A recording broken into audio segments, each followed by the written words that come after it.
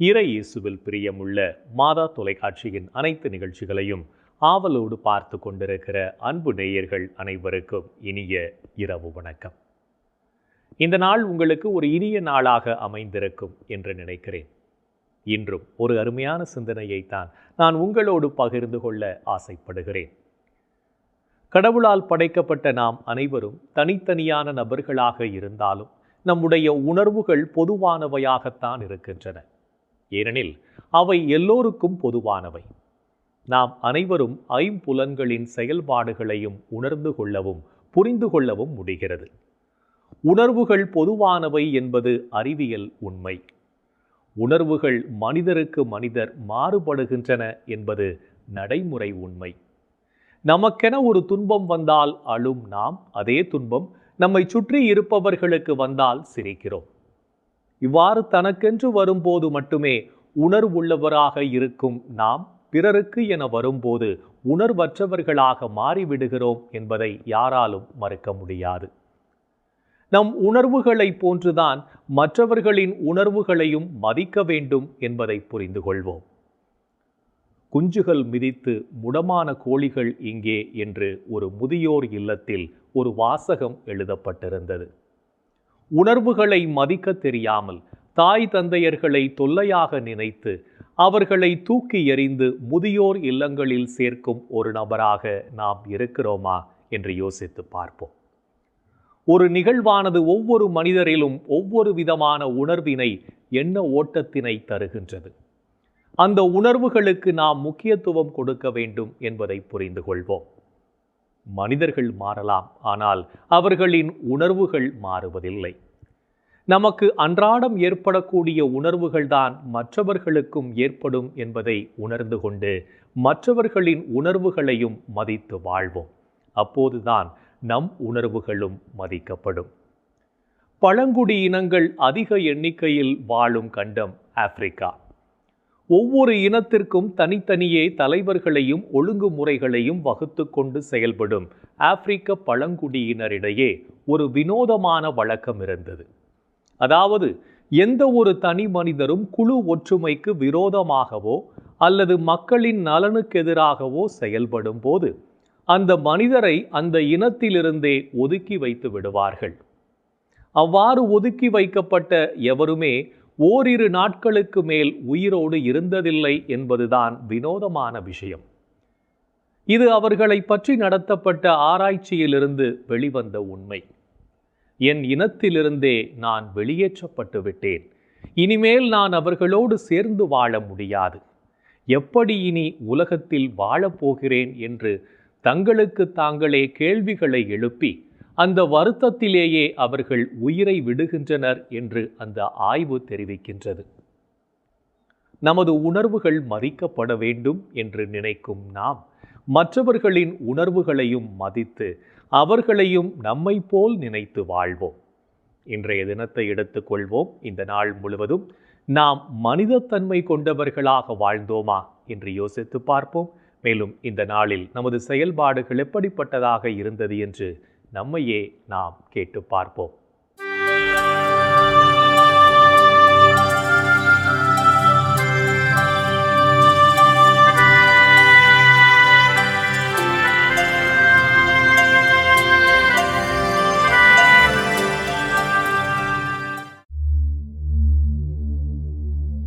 இன்று நீங்கள் கடவுள் செய்த அரும் செயல்களுக்கு நன்றி கூறினீர்களா?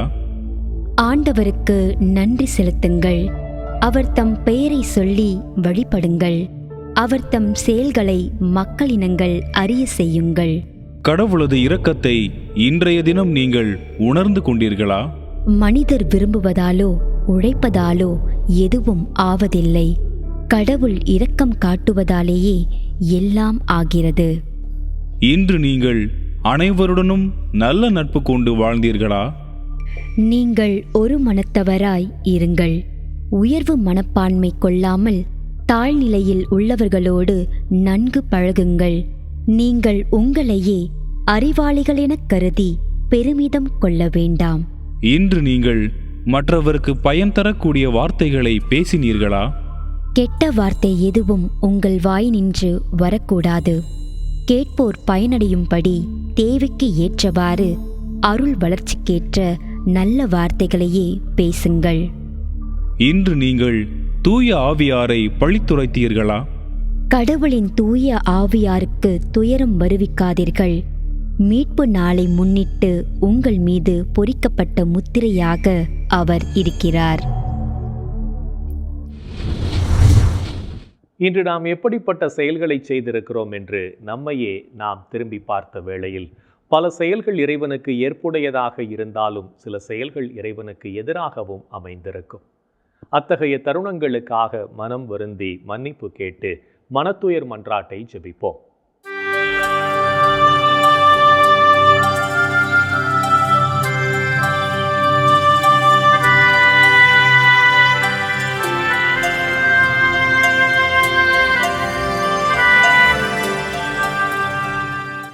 எல்லாம் வல்ல இறைவனிடமும் சகோதர சகோதரிகளே உங்களிடமும் நான் பாவி என ஏற்றுக்கொள்கிறேன். ஏனெனில் என் சிந்தனையாலும் சொல்லாலும் செயலாலும் கடமையில் தவறியதாலும் பாவங்கள் பல செய்தேன். என் பாவமே, என் பாவமே, என் பெரும் பாவமே. ஆகையால் எப்போதும் கன்னியான புனித மரியாவையும் வானதூதர் புனிதர் அனைவரையும் சகோதர சகோதரிகளே உங்களையும் நம் இறைவனாகிய ஆண்டவரிடம் எனக்காக வேண்டிக்கொள்ள மன்றாடுகிறேன். ஆமேன். மனத்துயர் மன்றாட்டை செபித்ததன் வழியாக இறைவனிடமிருந்து மன்னிப்பை பெற்றிருப்போம் என்ற நம்பிக்கையோடு இறை வேண்டலில் இணைவோம்.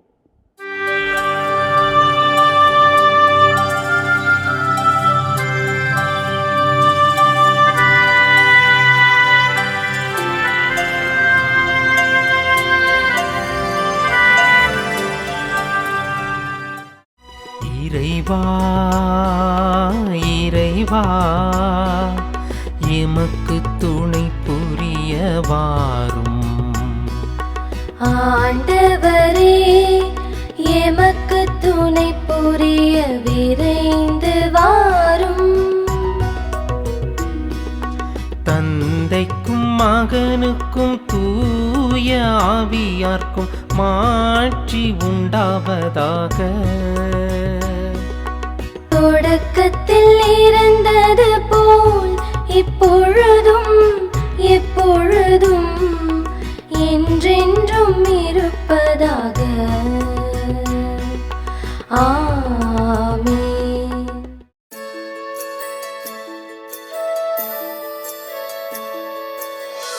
போயது பொழுது புகுந்தது இரவு, தூயனை உனது பொன்னடி தொழுதோ. நேயமையெல்லாம் ஏதமும் நீக்கி நீயமையாண்டு காத்தருளையா. கனவுகள் துயில் வழி காணுதல் வேண்டாம், கனவிருள் பூதமும் கண்ணுரல் வேண்டாம். சினமுறு பகைவர் முரணலாம் வெல்வார், ஈனமும் உடலில் அணுகிடாது அருள்வார். ஆதியம் தந்தாய் அருள் புரிவீரே, அமலன மகனே அருள் புரிவீரே. ஜோதியே உருவாம் தூயாவியாரே, தொழுதனம் உமதடி அருள் புரிவீரே. ஆமென் ஆமென் ஆமென்.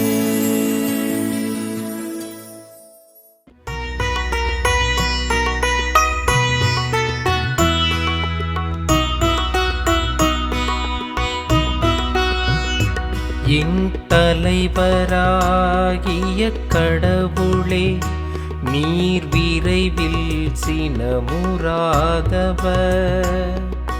பேரன்பு கொண்டவர். என் தலைவராகிய கடவுளே, நீர் விரைவில் சினமுறாதவர், பேரன்பு கொண்டவர்.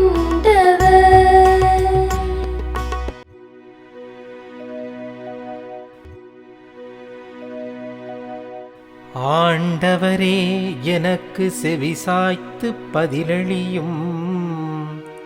ஏனெனில் நான் எளியவனும் வறியவனும் மாவே. என் உயிரை காத்தருளும். ஏனெனில் மீது நான் பற்றுடையவன். அடியானை காத்தருளும். நீரே என் கடவுள், உம்மீது நான் நம்பிக்கை கொண்டுள்ளேன். என் தலைவரே, எம்மேல் இரக்கமாயிரும். ஏனெனில் நாள் முழுவதும் உம்மை நோக்கி மன்றாடுகிறேன். உம்மடியானின் மனதை மகிழச் செய்யும். என் தலைவரே, உம்மை நோக்கி என் உள்ளத்தை உயர்த்துகின்றேன். ஏனெனில் என் தலைவரே, நீர் நல்லவர், மன்னிப்பவர். உம்மை நோக்கி மன்றாடும் யாவருக்கும் பேரன்பு காட்டுபவர். ஆண்டவரே, என் வேண்டுதலுக்கு செவிகொடும். உதவியை நாடும் என் கூக்குரலை கேட்டருளும். என் துன்ப நாளில் உம்மை நோக்கி மன்றாடுவேன். நீரும் எனக்கு பதிலளிப்பீர். என் தலைவரே, தெய்வங்களுள் உமக்கு நிகரானவர் எவருமிலர். செயல்களுக்கு ஒப்பானவை எவையுமில்லை. என் தலைவரே, நீர் படைத்த மக்களினத்தார் அனைவரும் திருமுன் வந்து உம்மை பணிவர். உமது பெயருக்கு மாட்சி அளிப்பர். ஏனெனில் நீர் மாட்சி மிக்கவர், வியத்தகு செயல்கள் புரிபவர். நீர் ஒருவரே கடவுள். ஆண்டவரே, உமது உண்மைக்கேற்ப நான் நடக்குமாறு உமது வழியை எனக்கு கற்பியும். உமது பெயருக்கு அஞ்சுமாறு என் நெஞ்சை ஒருமுகப்படுத்தும். என் தலைவரே, என் கடவுளே, என் முழு இதயத்தோடு உம்மை புகழ்வேன். என்றென்றும் உமது பெயரை மாட்சிப்படுத்துவேன். ஏனெனில் நீர் என் மீது காட்டிய அன்பு மிகப் பெரியது. ஆழமிகு பாதாளத்தினின்று என்னுயிரை விடுவித்தீர். இறைவா, சிறு குற்றோர் எனக்கெதிராய் எழுந்துள்ளனர். கொடியோர் கூட்டம் என் உயிரை பறிக்க பார்க்கின்றது. அவர்களுக்கு உம்மை பற்றிய நினைவே இல்லை. என் தலைவரே, நீரோ இரக்கமிகு இறைவன், அருள் மிகுந்தவர், விரைவில் சினமுறாதவர், பேரன்பும் சொல்லுறுதியும் பெரிதும் கொண்டவர். என்னை கண்ணோக்கி என் மீது இறங்கும். அடியானுக்கு ஆற்றலை தாரும். அடியாளின் மகனை காப்பாற்றும்.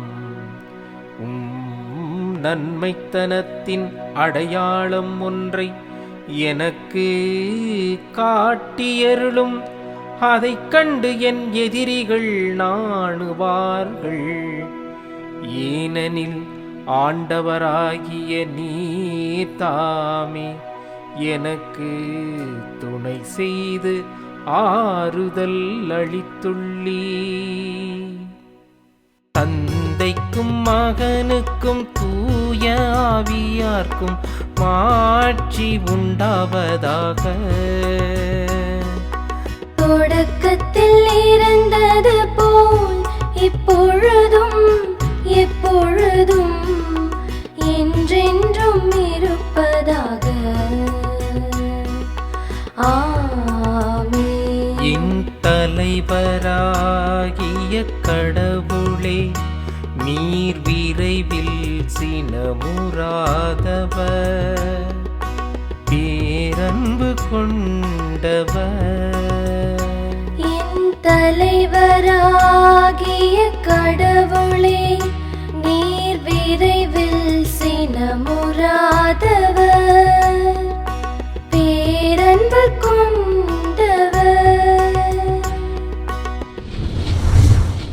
இறைவனின் உடனிருப்பு இந்த இரவு பொழுதிலும் நம்மை பாதுகாத்து வழிநடத்தும் என்ற நம்பிக்கையை இறைவேண்டலின் வழியாக பெற்றுக்கொண்ட நாம் இப்போது நாளைய நற்செய்தி வாசகத்திற்கு செவிமடுப்போம்.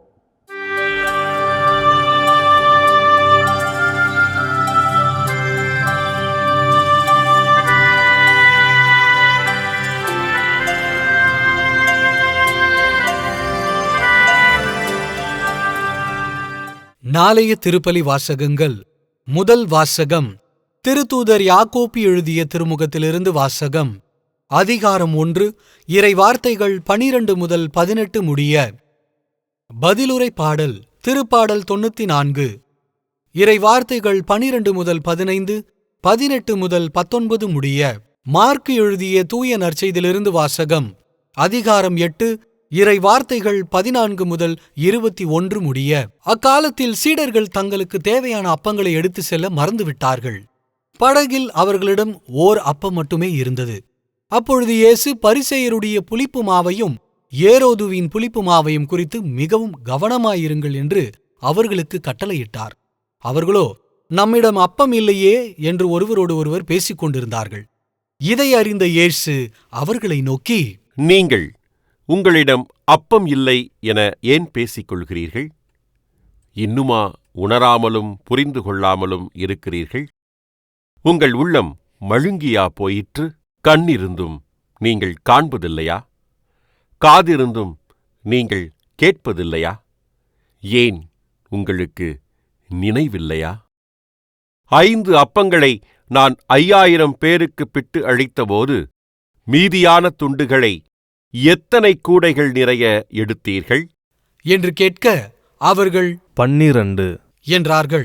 7 அப்பங்களை நான் 4000 பேருக்கு பிட்டு அளித்தபோது மீதி துண்டுகளை எத்தனை கூடைகள் நிறைய எடுத்தீர்கள் என்று கேட்க, அவர்கள் 7 என்றார்கள். அவர் அவர்களை நோக்கி, இன்னும் உங்களுக்கு புரியவில்லையா என்று கேட்டார். ஆண்டவரின் அருள்வாக்கு. கிறிஸ்துவே உமக்கு புகழ். ஆண்டவரே, உம் கையில் என் உயிரை ஒப்படைக்கின்றே. ஆண்டவரே, உம் கையில் என் உயிரை ஒப்படைக்கின்றேன். உண்மையின் ஆண்டவராகிய கடவுளே, எம்மை மீட்டவர் நீரே. ஆண்டவரே, உம் கையில் என் உயிரை ஒப்படைக்கின்றேன். தந்தைக்கும் மகனுக்கும் தூய ஆவியார்க்கும் மாட்சி உண்டாவதாக. ஆண்டவரே, உம் கையில் என் உயிரை ஒப்படைக்கின்றேன்.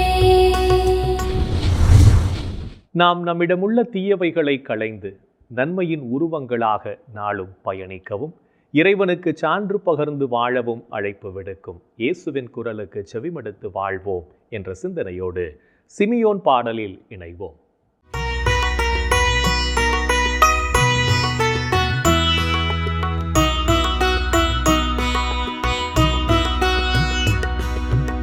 ஆண்டவரே, நாங்கள் விழித்திருக்கும் போது எங்களை காத்தருளும்.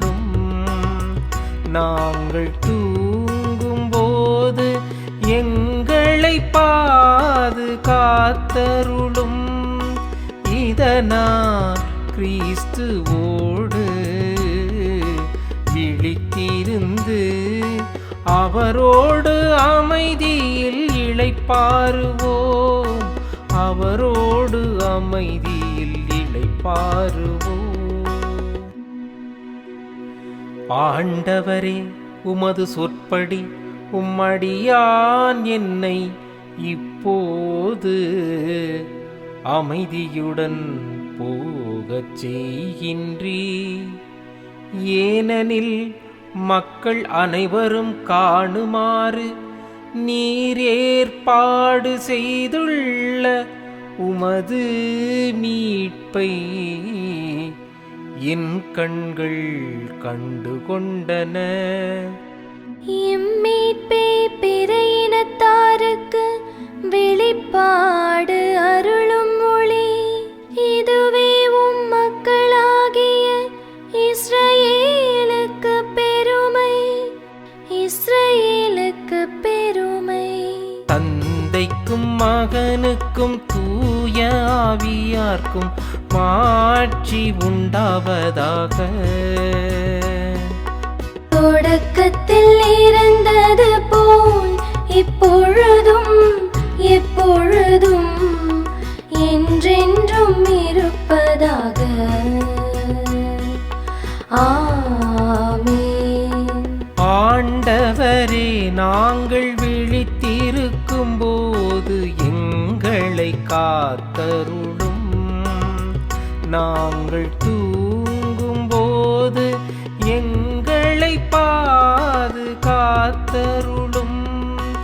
இதனால் கிறிஸ்துவோடு விழித்திருந்து அவரோடு அமைதியில் இளைப்பாறுவோம். அவரோடு அமைதியில் இளைப்பாறுவோம். இறைவன் நம்மை ஒவ்வொரு நொடிப்பொழுதும் அற்புதமாய் வழிநடத்தி கொண்டிருப்பதை சிமியோன் பாடல் வழியாக உணர்ந்து ஜெபித்த நாம் இப்போது நாளைய புனிதரை பற்றி பார்க்கலாம்.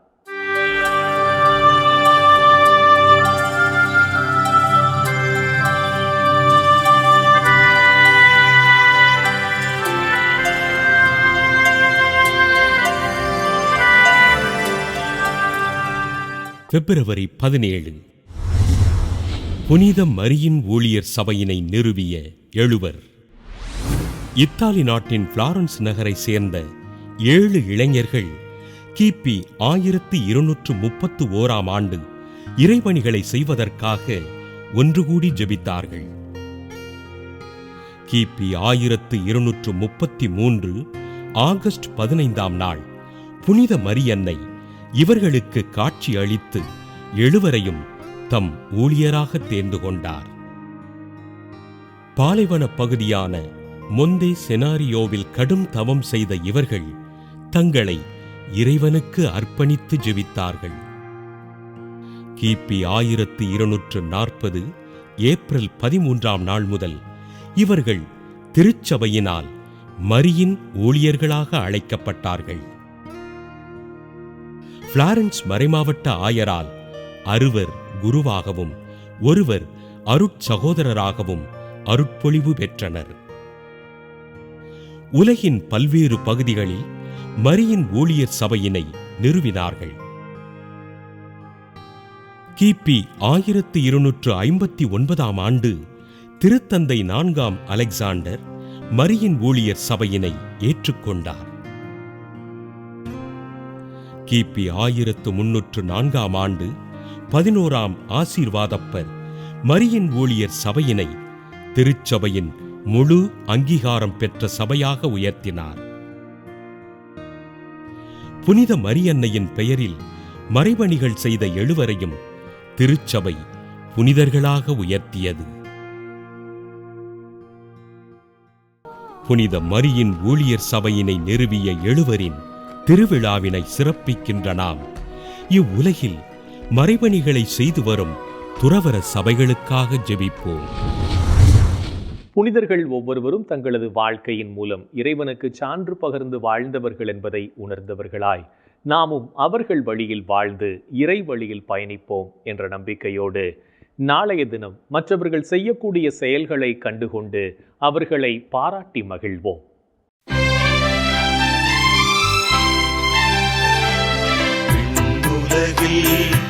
இருக்கின்ற எங்கள் தந்தையே,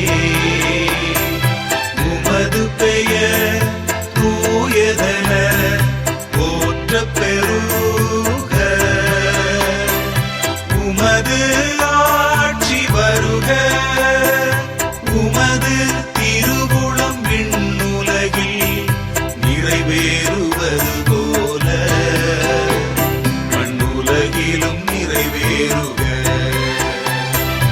எங்கள் அன்றாட உணவை இன்று எங்களுக்குத் தாரும்.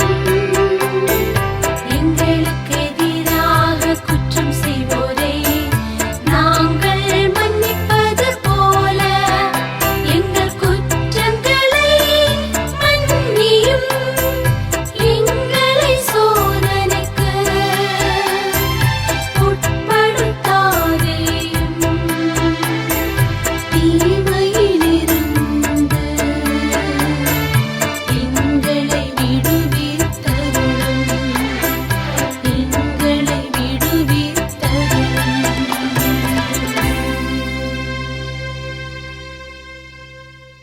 என் அன்பு சகோதரனே, சகோதரியே, கடவுளினுடைய அன்பை, இரக்கத்தை, மன்னிப்பை சுவைத்து வாழ்கின்ற நாம் அவருக்கு நன்றி சொல்வோம், அவரை போற்றி புகழ்வோம்.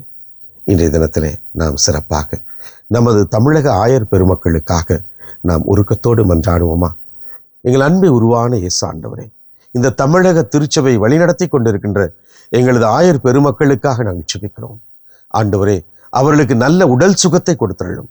அவர்கள் எடுத்து நிறைவேற்றுகின்ற ஒவ்வொரு திட்டத்தையும் நீர் ஆசீர்வதித்தருளும். அவர்கள் செல்கின்ற பாதைகளெல்லாம் நீர் பராமரிப்பை நீர் கொடுத்தருளும். அவர்கள் செய்கின்ற ஒவ்வொரு காரியத்திலும் உமது ஆசீர்வாதத்தை, ஆவியாருடைய கனிகளை, கொடைகளை நீர் அவர்களுக்கு நிறைவாக கொடுத்து அவர்கள் செல்லுகின்ற பாதைகளெல்லாம், செய்கின்ற செயல்களிலெல்லாம் ஆண்டவரை நீர் அவர்களுக்கு துணை நிற்கும்படியாக கெஞ்சி கேட்கிறோம். எங்கள் அன்பு தாயே, ஆரோக்கிய அன்னையே, எங்களது ஆயர் பெருமக்களுக்காக பரிந்து பேசுங்கள் அம்மா. இந்த ஜெபங்களை எல்லாம் எங்கள் ஆண்டவராகிய இயேசுவே உமது வல்லமையான திருநாமத்தின் வழியாக உம்மை கெஞ்சி மன்றாடுகிறோம். ஆமென். என்று வாழும் உயிருள்ள இறைவன் தந்தை, மகன், தூய ஆவியார் நாம் அனைவரையும் நிறைவாக ஆசீர்வதிப்பாராக. ஆமென். இந்த ஜெபத்தின் வழியாக இறை ஆற்றலும் வல்லமையும் நம்மில் நிறைவாக பொழியப்பட்டிருப்பதை உணர்ந்திருப்போம். இறை அருளும் ஆசீரும் என்றும் நம்மில் தங்கும். அன்னை மரியாவும் நமக்கு உதவிகள் செய்வார் என்ற நம்பிக்கையோடு அவரின் துணை வேண்டி இந்த நிகழ்வை நிறைவு செய்யலாம். Good night.